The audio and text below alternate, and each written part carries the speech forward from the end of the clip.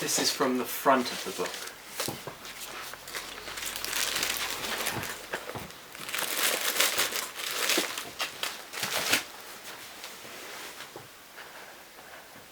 Between 6 a.m. and 8 a.m. surges pour onto the city, killing everyone still there and smashing remaining buildings.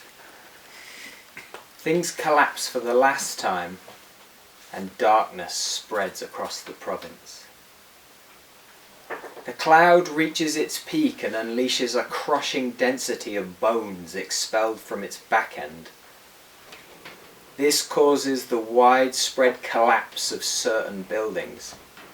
It affects the future, birth rates and so forth, and triggers the deadly surge to begin again.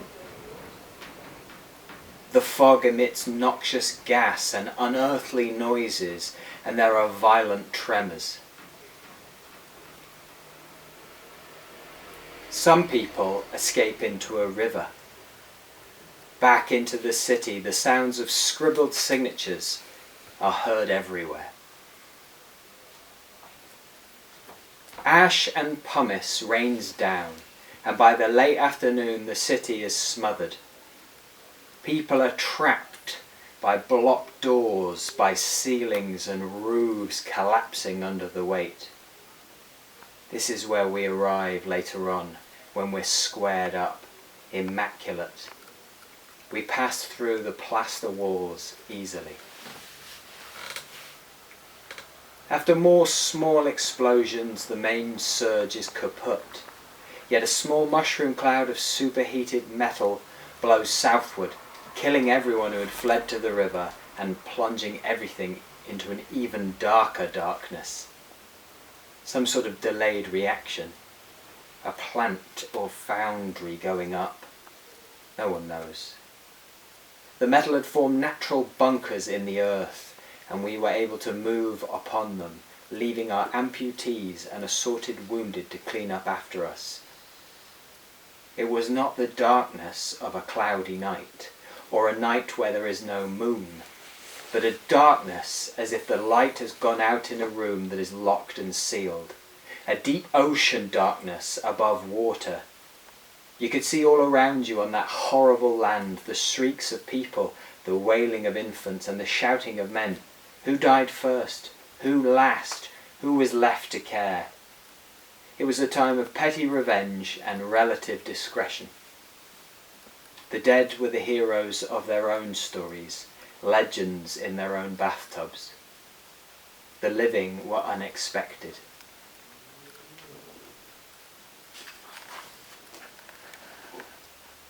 As the rebuilding began, all scores settled.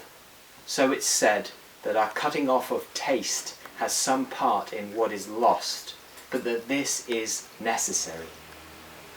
For the manifestations of human intellectual achievement, regarded collectively, were not there to hold on to when things took place. Acknowledged by all who live is that there is a plan to this, in Earth's experience, but that we are quite mere in it. The best we can do is do our best to put objects in houses. Then look at them, then remember, then see ourselves in it all. Culture begins in the history we rebuild. History begins in the museum rebuilt.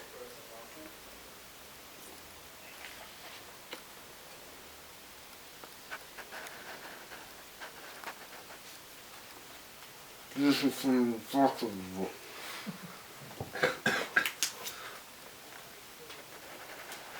I hear cries crossing the courtyard. I enter through the front entrance. The doors have been broken. It's inviting. The queue is gone.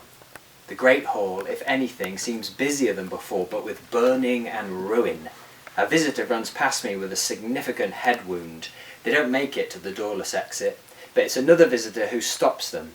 It's like certain veiled spots in a dream have come to life. It's a painting, and the light is right, finally. There are screams, but they mingle, so I can't say I'm disturbed about the suffering of any specific individual. There's too many of them. I wouldn't guess how many. A population. I feel I have in fact dreamed or seen this before, and not a version of such a scene out in the hills, but no one wants to hear about my dreams. I've seen uprisings before, sure, but in a MUEUM? It's to be expected that during a full life one might witness a few. It's a bit like the old days. Things are flying through the air, objects have been smashed, dragged from the galleries by people who shouldn't have the strength. It's all emotion. They are swimming in it. What I have never seen is so many people turmoiling together in such a slight space. We are indoors after all. A constituent element of the museum, to be roofed and protected from the elements. But they have made the great hall feel small.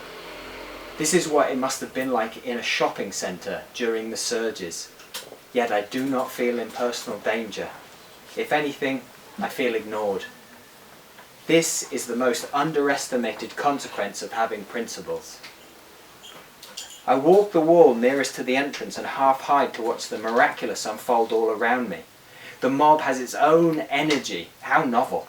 This is history happening to itself. I am witnessing a catastrophe again, and I feel no longing for everything to stop. What has escaped cannot be stuffed back in. This is already normal. But that is typical of the museum, to absorb even that which destroys it as a display or exhibition of events, neatly tailored for understanding. I have been preparing for knowledge for such a long time. 7 troubled years, finally, I have a justification. At my feet I see a frantic movement and the most extraordinary sight. A small creature lifting a lid. It's a tunnel door or ventilation duct, and the thing is crawling itself in, raising the fused metal circle as though it were paper, and slipping beneath to disappear. A child, covered in blood, escaping the upheaval, or a little demon all wet and happy. This is also familiar. Either I did this myself once, or I saw it in one of the paintings upstairs.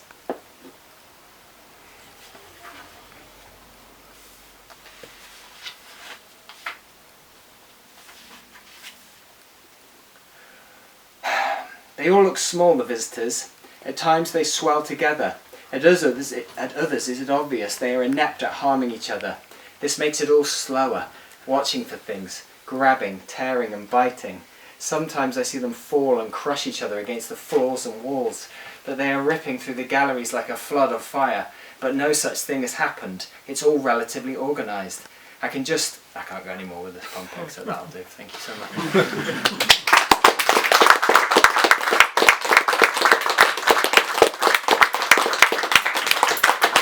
If I may, to finish and to be able to rest my hand, I'm just going to take a moment to say thank you. And I think when one says thank you, it kind of breezes past people, especially at readings, right? People stand up and they say, oh, I want to thank the publishers so much for helping me out by publishing my shite book, you know.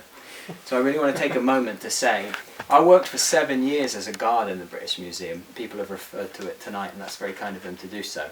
And at the time, I hated it. I hated it so much.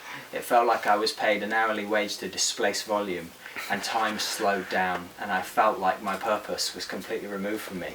And in that time I actually discovered poetry and writing and began to write on the galleries. And though I worked 6 years and 11 months in that place, hating almost every day, it has been exactly 7 years and 2 months since I left. And now I miss it so terribly. And the reason is because my colleagues were working people and they actually treated me like family, and every day I speak to them for hours and hours and hours trying to escape the drudgery of people coming up to me and saying, where's the toilet and is this real? Which was the common question every day. And now I teach at a university and all my colleagues are middle class, and it makes me miss so much the museum job that I hated all those years past. I also want to say it is very special to me, the people in this room and the people who have read tonight.